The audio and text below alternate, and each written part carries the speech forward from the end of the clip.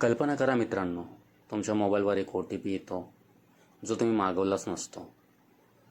तुम्ही तो एका अनोळखी माणसाला सांगता आणि फक्त काही मिनिटात तुमचं बँक खातं रिकामं होतं. तुमचं नाव गुन्ह्यात येतं आणि दरवाजावर पोलीस येतात. नमस्कार मित्रांनो, मी महेश आणि तुम्ही पाहत आहात महेश्रू स्टोरी टाईम. इथे तुम्हाला मिळतात धक्कादायक, थरारक आणि विचार करायला लावणाऱ्या कथा. आजची कथा आहे एका चुकीच्या OTPची. सृष्टी नावाची एक मुलगी होती. मुंबईत एका छोट्या भाड्याच्या घरात ती राहत होती. घराची जबाबदारी तिच्यावर होती. वडील आजारी होते, आई घरकाम करायची आणि लहान भाऊ शिकत होता. सृष्टी दिवसरात्र मेहनत करायची. घरूनच संगणकावर काम करून पैसे कमवायची. तिच्या डोक्यात एकच स्वप्न होतं, एक दिवस मोठं घर घ्यायचं. त्या दिवशी सकाळपासून कामाचा खूप ताण होता. ग्राहकांचे फोन, नवीन काम, जुनी देणं सगळं एकदम चालू होतं. ती लॅपटॉपसमोर बसली होती, डोळे थकलेले, डोकं तापलेलं. इतक्यात तिच्या मोबाईलवर संदेश आला, तुमचा OTP आहे 211102. सृष्टीने फोन उचलला, स्क्रीनकडे पाहिलं. ती स्वतःशीच म्हणाली, मी काही मागवलं नाही आहे, आणि फोन बाजूला ठेवून दिला. 2 मिनिटेही झाली नव्हती, फोन पुन्हा वाजला. अनोळखी नंबर.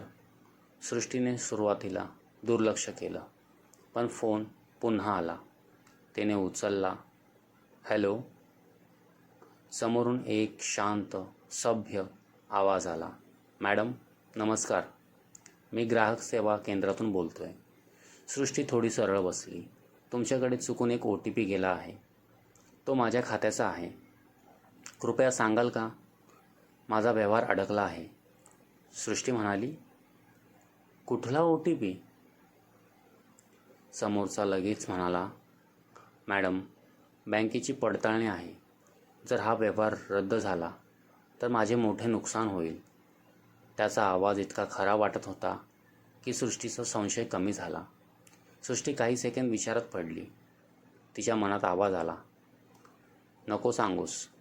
पण दुसरा आवाज म्हणाला, गरीब माणूस अडचणीत असेल. आणि सृष्टीने ती चूक केली. ती म्हणाली, 211102. समोरून लगेच उत्तर आलं, धन्यवाद मॅडम, देव भलं करो. आणि कॉल कट झाला. सृष्टी पुन्हा कामाला लागली. तिला वाटलं एका माणसाची मदत झाली, पण पुढच्या 30 सेकंदात तिचं आयुष्य बदलणार होतं. फोन पुन्हा वाजला. संदेश, तुमच्या खात्यातून 50,000 रुपये वजा झाले आहेत.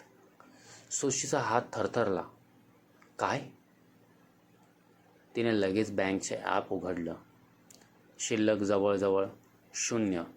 तिच्या कपाळावर घाम आला. ती बँकेला फोन करते. सर, माझे पैसे गेले. समोरून उत्तर येतं, तुम्ही OTP शेअर केला होता का? प्रश्नचिन्ह. सृष्टी शांत झाली. तिला उत्तर देता येईना. हो, ती हळूच म्हणाली.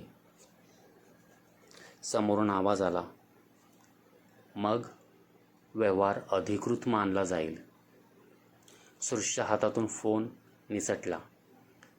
ती खुर्चीत बसली. तिच्या डोळ्यासमोर आईचा चेहरा आला.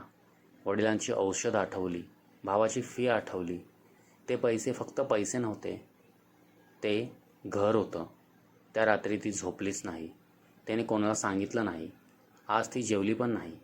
तिला काहीच चव लागत नव्हते. ती छताकडे बघत पडून राहिली. ती फक्त रडत होती. मनात फक्त एकच प्रश्न, मी एवढी मूर्ख कशी झाली? दुसऱ्या दिवशी सकाळी फोन पुन्हा आला.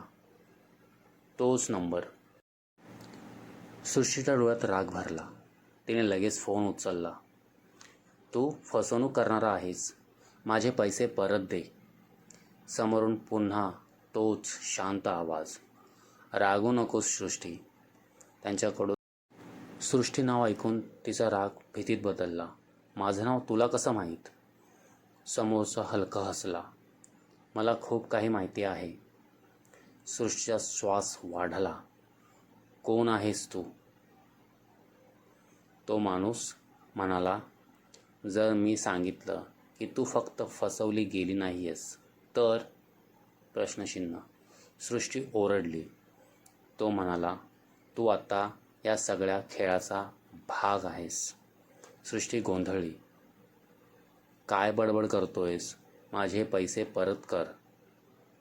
समोरचा हळू आवाजात म्हणाला, काल तुझ्या खात्यातून जे पैसे गेले ते आधी एका दुसऱ्या माणसाच्या खात्यातून आले होते आणि तुझ्या खात्यातून पुढे गेले. सृष्टीचं डोकं गरगरलं. म्हणजे आता पोलीस तपास झाला तर तुझं नाव आधी येईल. सृष्टी थरथर कापू लागली. माझं नाव गुन्ह्यात? ती रडू लागली. समोरचा हसला. आधीच आला आहे. आणि त्याच क्षणी सृष्टीच्या दरवाजावर जोरात आवाज आला. टक टक. दार उघडा. सृष्टी जागेवरच बसली. आई स्वयंपाकघरातून बाहेर आली. सृष्टी, कोण आहे ग? तिच्या कपाळावर घाम होता. हात थरथरत होते. फोन खाली पडला होता. दारावर पुन्हा आवाज आला. टक टक. दाराबाहेर खरंच पोलीस होते का, की हा अजून मोठा सापळा होता? सृष्टीचं नाव खरंच गुन्ह्यात आलं होतं का? हे जाणून घेण्यासाठी पार्ट 2 ची वाट बघा. मित्रांनो, ही कथा आवडली असेल तर लाईक करा, शेअर करा आणि सबस्क्राईब करा महेश्रू स्टोरी टाईमला. मी महेश. जय हिंद, जय महाराष्ट्र. धन्यवाद.